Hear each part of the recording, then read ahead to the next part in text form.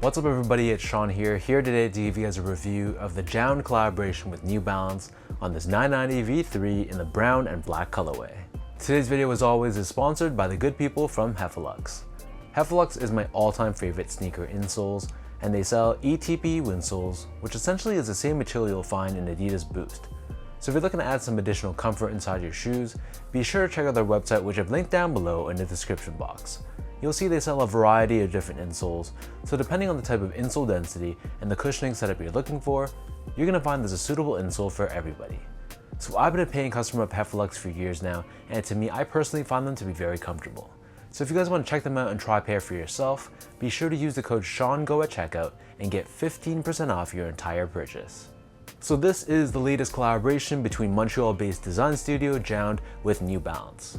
Releasing back on May 12th on JJJJound's website, a few days later they had a wider release, which is where I managed to grab my pair. So these retailed for a price of $250 US or 310 Canadian dollars, and the official colorway for this shoe on New Balance's website is actually Canteen and Black, and the style code is M990JJ3. So first off, here's a quick look at the box. This comes in a black-based cardboard box. On the very top, we have the New Balance branding, which is done in this brown shade. And then on the side of the box, we have the JJJJound logo. And just generally speaking, the box has a very simplistic look, which matches the aesthetic of the shoes. So jumping into the details, this is your classic 990 V3 silhouette, and this pair is made in the USA. Diving straight into the details, the base layer of the shoe on the toe box, this is constructed out of this mesh material which has this herringbone style weave to it, and in person the color of this mesh is a mix of a light brown with a small tint of olive. Overlaid on either side, we have this perforated black colored nubuck along with this hit of black colored reflective 3M at the very bottom. And then surrounding the front toe cap, we have a very plush, very buttery brown colored suede.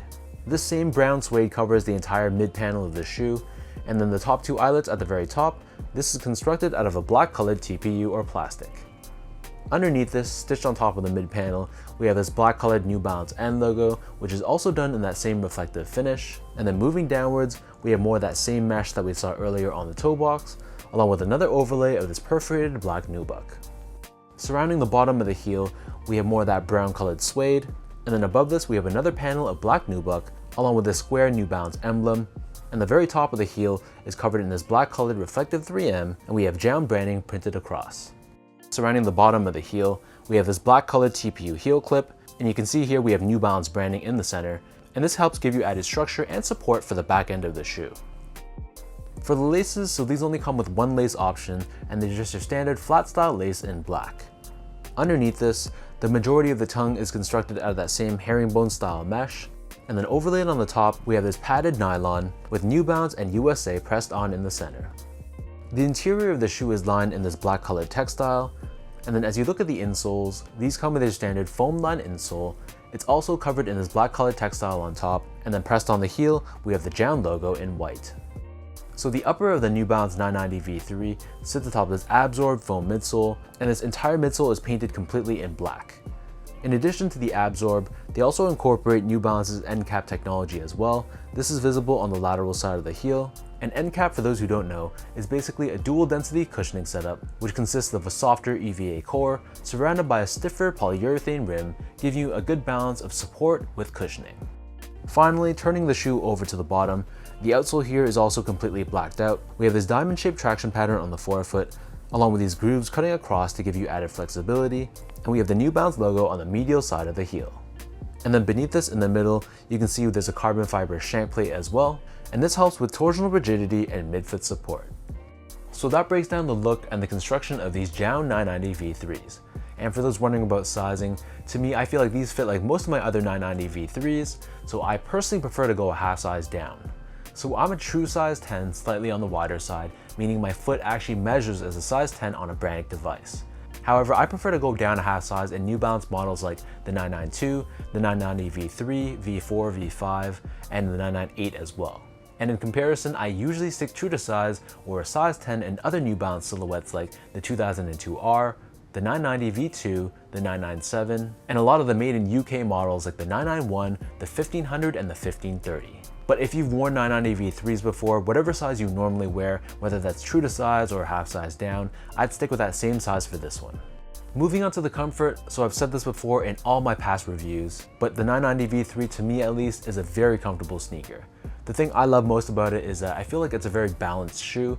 It gives you a good balance of cushioning while at the same time giving you a lot of support and stability. And it's one of those shoes where I feel like I can wear these for many hours in a day without feeling any pain or fatigue in the arches of my feet. So if you're looking for a shoe that's very elevated off the ground that has a ton of really soft cushioning, then you might not like these. But again, like I said, this feels very well balanced and it definitely has an adequate amount of cushioning underfoot.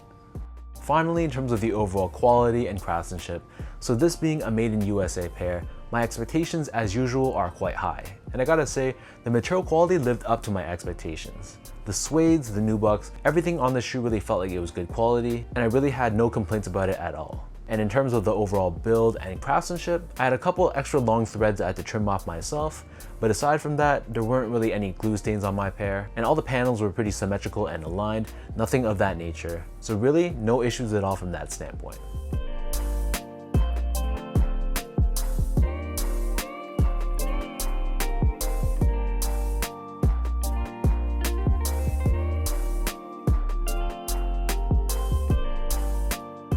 So with all that out of the way now, let's toss these on feet and I'll show you guys how these look.